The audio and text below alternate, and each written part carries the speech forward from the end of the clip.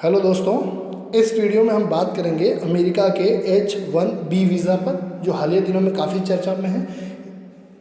इस H-1B visa के discussion में यह आपको काफ़ी बेनिफिशियल रहेगा। किसी भी कंपटीशन एग्ज़ाम में पूछा जाता है, इसके बारे में क्या क्या नियम है, क्या क्या बातें हैं, वो हम इस वीडियो में देखेंगे। करंट अफेयर का पार्ट है ये, और अप्रैल 2020 में काफ़ी ज़्यादा चर्चा में रहा है।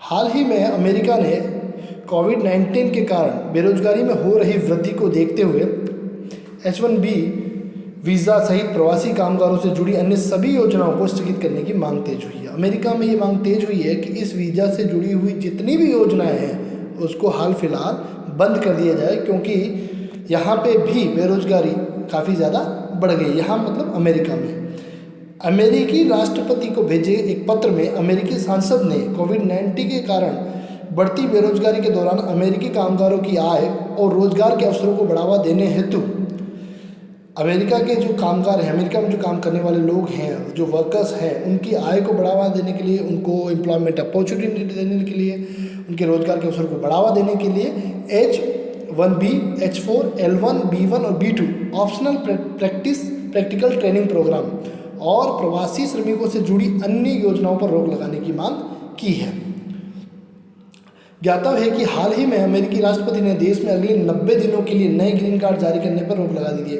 अमेरिका के राष्ट्रपति ने अभी एक घोषणा करी और उसमें अगले 90 दिनों तक ग्रीन कार्ड जारी करने पर रोक लगा दी गई है। इसके अतिरिक्त देश में कोविड-19 की महामारी के दौरान अमेरिकी कामगारों के हितों की रक्षा हेतु अमेरिकी राष्ट्रपति ने 22 अप्रैल 2020 को एक उद्घोषणा जारी की थी। 22 अप्रैल 2020 को अमेरिकी राष्ट्रपति द्वारा एक घोषणा की गई, जिसमें कुछ बातें लिखी गई है। वो ये है कि इस उद्घोषणा की धारा 6 में अमेरिका के श्रम यानी लेबर, स्टेट और होमलैंड सिक्योरिटी सचिवों को उद्घोषणा जारी होने के 30 दिनों के अंदर अमेरिकी कामगारों को प्राथमिकता देने और उनके रोजगार के संदर्भ में अतिरिक्त सुझाव देने का कहा गया है। यानी कि वहाँ इस कानून के तहत, धारा 6 के तहत, लेबर, स्टेट और होमलैंड सिक्योरिटी के जो भी सचिव हैं, जो सेक्रेटरीज हैं, उनको ऑर्डर दिया गया है कि 30 दिनों के अंदर अमेरिकी कामगारों को जो प्राथमिकता देने और उनके रोजगार के संबंध में जो अतिरिक्त सुझाव है, जो सजेशन है, वो देने के लिए उनको कहा गया, जिससे कि वहाँ पे एम्प्लॉयमेंट अपॉर्चुनिटीज़ को क्रिएट किया जा सके। आवर्जन को स्थगित करने का काम। वर्तमान में कोविड-19 की महामारी के कारण विश्व के कई देशों की अर्थव्यवस्था पर गंभीर प्रभाव पड़ा है। अभी हम देखते हैं कि कोविड-19 के लॉकडाउन के चलते हर एक कंट्री की जो अर्थव्यवस्था थी, जो इकोनॉमी थी, वो काफ़ी ज़्यादा इफेक्टिव रही है। इसी के देखते हुए अमेरिकी नेताओं के अनुसार इस महामारी के कारण अमेरिका में लगभग 26 मिलियन लोग बेरोजगार हुए। वहाँ की रिपोर्ट के अनुसार एक अप्रॉक्सीमेटली 26 मिलियन लोग बेरोजगार हुए। एक अनुमान के अनुसार वर्तमान में अमेरिका में लगभग 30 लाख लोग H-1B वीज़ा पर रहकर काम करते हैं और फाइनेंशियल ईयर, वित्तीय वर्ष 2020-21 के लिए अमेरिकी सरकार को अन्य देशों के कामगारों को H-1B वीज़ा के लगभग 2,75,000 आवेदन प्राप्त हुए हैं। अभी इन हालिया में 2020-21 में अमेरिका सरकार को अन्य देशों के कामगारों से H-1B वीज़ा के लिए लगभग 2,75,000 एप्लीकेशन प्राप्त हुई है। जानकारों के अनुसार लगभग 24% H-1B वीज़ा धारक प्रति वर्ष ग्रीन कार्ड के लिए आवेदन करते हैं। जितने वीज़ा धारक हैं H-1B वीज़ा, उनमें से अप्रॉक्सीमेटली 24% ग्रीन कार्ड के लिए अप्लाई करते हैं। अमेरिका में बेरोजगारी में हो रही वृद्धि के साथ सरकार एवं प्रवासी कामगारों को देश में आने से रोकने के लिए दबाव बढ़ा है।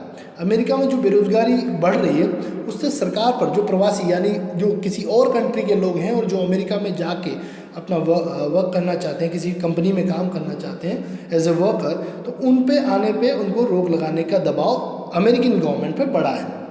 अब H-1B वीज़ा है क्या, इसके बारे में एक बैकग्राउंड थोड़ा डिटेल देख लेते हैं अपन। H-1B अमेरिकी सरकार द्वारा दिया जाने वाला एक वीज़ा है, जिसके तहत अन्य देशों के कुशल कामगारों को एक निश्चित अवधि के लिए अस्थायी रूप से अमेरिका में रहकर कार्य करने के लिए अनुमति दी जाती है। H-1B वीज़ा में ये होता है कि किसी और कंट्री का कोई पर्सन जो कुशल कामगार यानी कि एक स्किल वर्कर है, इंजीनियर है, डॉक्टर है, किसी भी तरह का एक स्किल वर्कर है, तो वो अमेरिका में किसी कंपनी में या अमेरिका में रहकर काम करना चाहता है, तो उसके लिए उसको H1B वीज़ा दिया जाता है। H1B वीज़ा प्राप्त करने हेतु कुछ न्यूनतम शैक्षिक मानक भी सुनिश्चित किए गए, कुछ क्राइटेरिया भी डिसाइड किया गया है। एजुकेशनल क्राइटेरिया है, उसी के ऊपर उनको दिया जाए, जैसे कि स्नातक यानी ग्रेजुएट, और ग्रेजुएट के इक्वलेंट कोई डिग्री हो, वो नियोक्ता द्वारा निर्धारित योग्यता, यानी कि जिस कंपनी ने कोई डिसाइड किया है कि हमें इस तरह के पर्सन चाहिए और उस पर्सन वो जो क्वालिटी है अगर उस पर्सन में है तो वो अमेरिका में जाके काम कर सकता है। वर्तमान में अमेरिकी सरकार द्वारा प्रत्येक वित्तीय वर्ष में अधिकतम H1B वीज़ा जारी करने की सीमा 65,000 सुनिश्चित की है। प्रेजेंट टाइम में अप्रॉक्सीमेटली 65,000 एक क्राइटेरिया फिक्स कर दिया गया है कि 65,000 से ज़्यादा वीज़ा जारी नहीं किए जाएंगे। हालांकि अमेरिकी शिक्षण संस्थानों से परास्नातक या इससे उच्च डिग्री वाले, परास्नातक का मतलब हो गया मास्टर डिग्री वाले, और इससे हायर डिग्री वाले पहले 20,000 आवेदकों को इसमें छूट दी गई है। पहले 20,000 आवेदक जो हैं उनको इसमें छूट दी गई है। H1B वीज़ा का भारत पर क्या इफेक्ट पड़ेगा ये भी हम डिस्कस कर लेते हैं। भारत में बहुत से युवा बेरोजगार कामगार अमेरिका में कार्य करने और अमेरिकी नागरिकता पाने के लिए H1B वीज़ा का रास्ता अपनाते हैं। वित्तीय वर्ष 2020-21 के लिए अमेरिकी सरकार को प्राप्त हुए 2,75,000 आवेदनों में से 67% भारत से भेजे गए थे। यानी कि 2,75,000 जो आवेदन अमेरिकी सरकार को प्राप्त हुए हैं वीज़ा के लिए, उसमें 67% भारत से भेजे गए हैं। अमेरिका द्वारा H1B वीज़ा संबंधित नियमों में सख्ती भारतीय कामगारों और कंपनियों के लिए एक बड़ी समस्या है।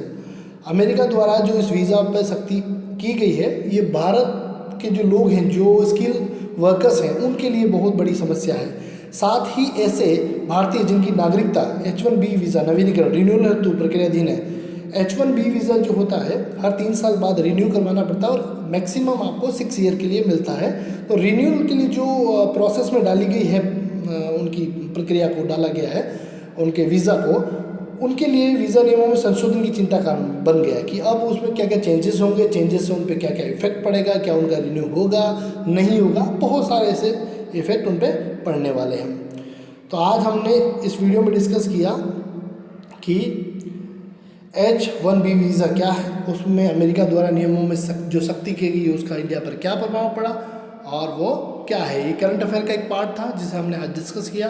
Thank you guys, I hope आप लोगों के लिए बेनिफिशियल रहा होगा। Thank you.